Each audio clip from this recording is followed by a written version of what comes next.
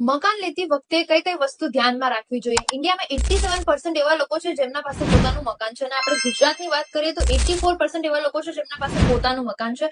એટલે આપણે કહી શકીએ કે હજી કેટલા પણ લોકો છે જે આખી જિંદગીમાં પોતાનું ઘર નથી લઈ શકતા, અને જે લોકો લઈ રહ્યા છે એ પણ લાઈફમાં એક જ વાર ઘર લઈ શકે છે. તો હવે એક જ વાર જો લાઈફમાં આપણે ઘર લેવાનું હોય તો હવે તમને કઈ કઈ વસ્તુની ધ્યાન રાખવી જોઈએ, તો વિડીયો એન્ડ સુધી જોજો. હું તમને આમાં બધી જ માહિતી આપી દેવાની છું. અમુક વસ્તુ તમને બિલકુલ ચૂકવાની નથી, જેમાં સૌથી નંબર 1 ઉપર આવે છે ચેક ઓનરશિપ, જેમાં તમને ચેક કરી લેવાનું છે index copy, registered cell did, tax bill, light bill, property card, અને જો પ્રોપર્ટી ન્યૂ છે તો રેરાની વેબસાઇટ ઉપર બધા જ ડોક્યુમેન્ટ્સ તમને વેરીફાઈ કરી લેવાના. ચેક ફોર અપ્રુવલ્સ, તમને ચેક કરી લેવાનું છે કે એને ક્લિયર છે, પ્લાન પાસ થઈ ગયું છે, રજા ચિઠ્ઠી આવી ગઈ છે. જો બધા જ ડોક્યુમેન્ટ્સ ઓલ ઓકે હોય તો તમે પેમેન્ટ ચૂકવીને દસ્તાવેજ કરાવી લો. જો પ્રોપર્ટી અંડર કન્સ્ટ્રક્શન હોય તો તમે 10% પેમેન્ટ ચૂકવો અને બાનાતત કરાવી લો, અને પછી સ્ટેજ વાઇઝ જેમ જેમ તમે પેમેન્ટ કરો એમ એમ તેની રિસિપ્ટ લઈ લેતા જાઓ.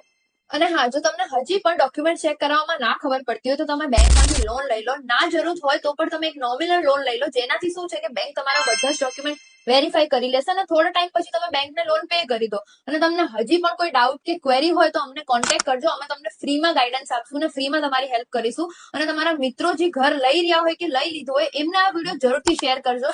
અને આવા જ ઇન્ફોર્મેટિવ વિડીયોઝ માટે અમારા પેજને ફોલો કરવાનું ના ભૂલતા.